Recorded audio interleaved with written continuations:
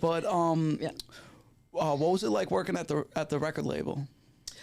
Well, I worked at A&M, and it was interesting because my job, I started as an intern, and then I was promoted to West Coast singles coordinator. Wow. Makes me sound like a dating expert. My job. I never.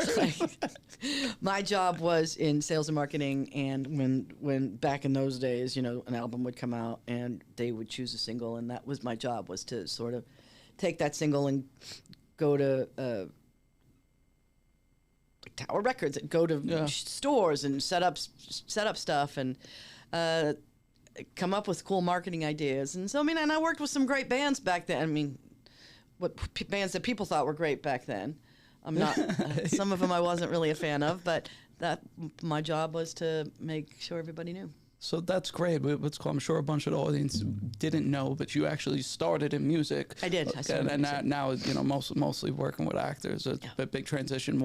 What is like, I know you started your company Bohemia Group in '92, but what like led up to that point? Like what made the transition? Like, you know what?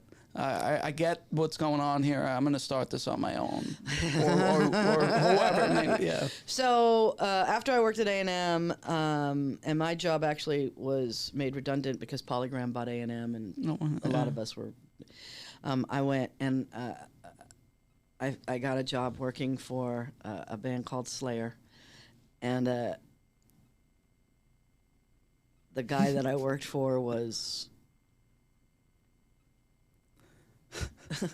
Wow. The guy that I worked for was an ass. Okay. That's all I don't even know what to say with that. He was an ass. I mean, he walked around in his tighty whities. He was, but you know, it was 1990 and I wanted to be in the music business, so I didn't care. And I was there for 2 years, and he came in one day and he was like, yeah, I don't think this is going to work. And I'm thinking, really? Okay.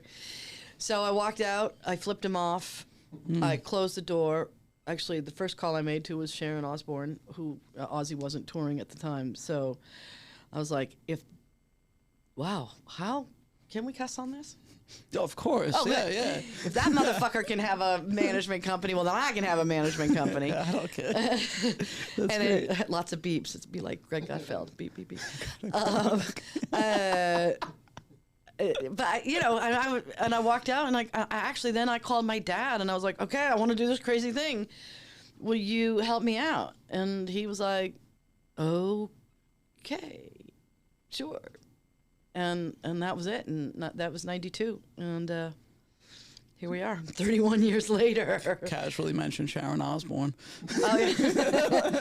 Well, you know what? Back in those days. The metal world was very small. Yeah. I mean, like, really small. There were, you know, five bands. So that led. So that after that 2 year span in '92, you start Bohemia Group. Yeah. I didn't call it Bohemia Group in the beginning. Tell us. It was actually called Suicide in the beginning. Oh wow. Probably not the best use of wording. I would. Especially in this industry. Yeah. But one of the things that I don't think people realize, you know, when the company first started, I had, in the very, very beginning, I only had bands. Got it. The drummer for Slayer had just gotten fired from Slayer, so I managed him. I helped him put his band together. And I had to work. I had to like work like paying jobs. Oh, got it. Yeah, so I know how that goes. I delivered flowers. I don't even remember everything I did, but one of the jobs I did, I worked in telemarketing for an insurance, B2B insurance stuff. And I would go early in the morning and I would leave by noon. And finally one day I came in and one of the guys who owned it was like, where do you go? And I was like, yeah, I own a management company. And he was like, oh, I always wanted to do that. So we all partnered up for a little while, and I actually bought half of the telemarketing company, and then, you know, Bohemia was sort of, that was like really up and running. We brought in actors, we brought in, you know.